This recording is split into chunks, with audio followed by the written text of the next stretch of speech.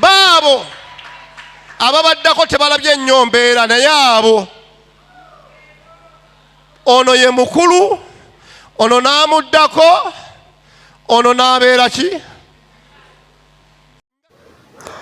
mbanirizaako nate olunaku olwaleero tuli mu Uganda mpya bw'oba okyasumagira ensi tesumagira ebeera yakulese dda era nga wenjogera kati tulina pulezidenti mupya y'ensonga lwaki njiyita Uganda mpya oba mukadde yabaddeko oba mupya oba yabbye oba teyabbye oba bamulonze oba tebamulonze mukwano kasaba nga bamulangiridde oyo gwe tuba tumanyi era yabeera pulezidenti twongera omuyozaayoza olw'obuwanguzi obwo yatuuseeko ne tusaba ne Mukama Katonda abeere nga amuliidinga amukulembere mu byonna bwabo bw'ajja okuba nga atufuga obulungi.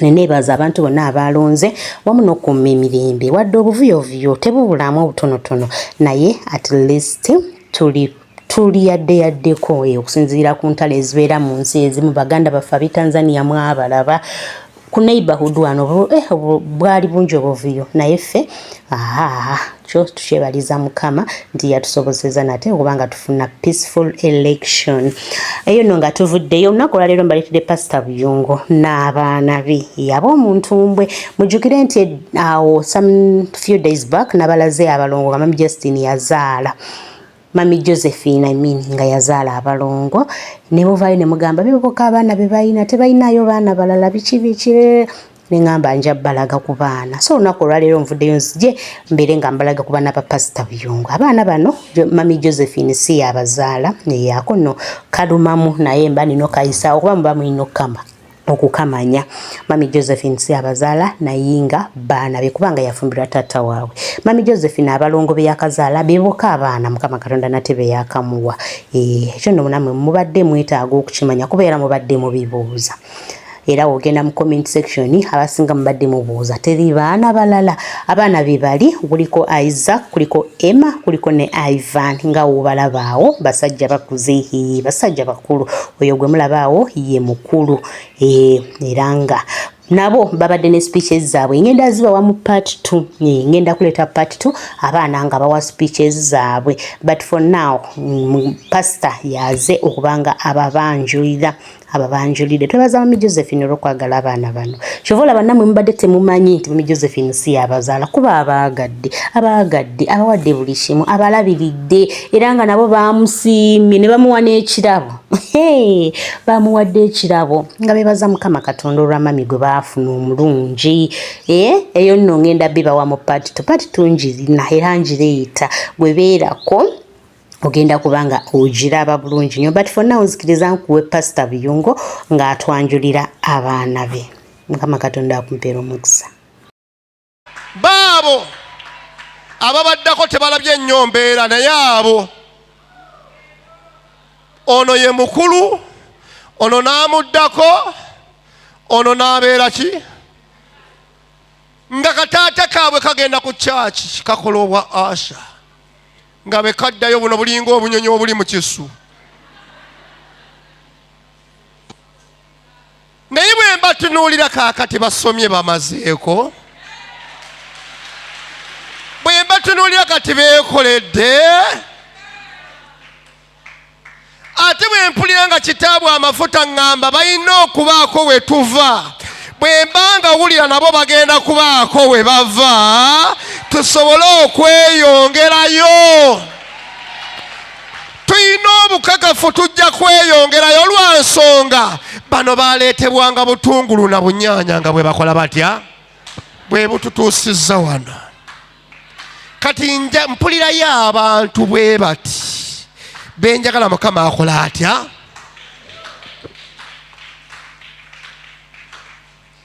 bano ewaffe ku kika tebamanyiyo bakagendayo bannakwezo nga sina gwembawa sina gwembalaga era bano abaana bange njagadde obbakulaga famire yaabwe yemmwe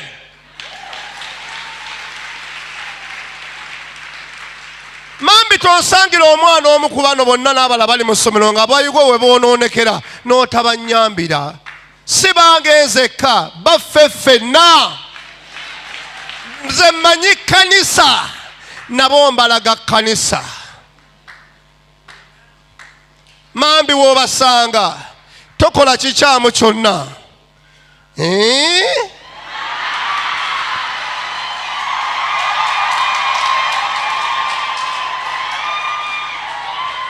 Yeebazibwe Mukama.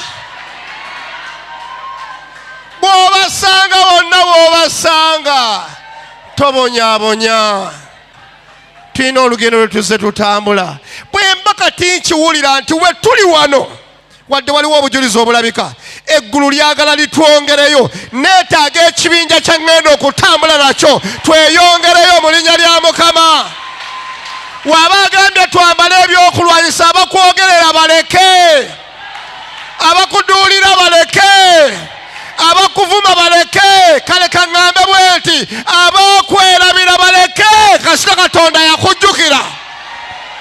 Wama muddeeyo abalenzi bange baniigiina, bakubireko mu ngalo abaana ba Mukama abo. Security gulugulu.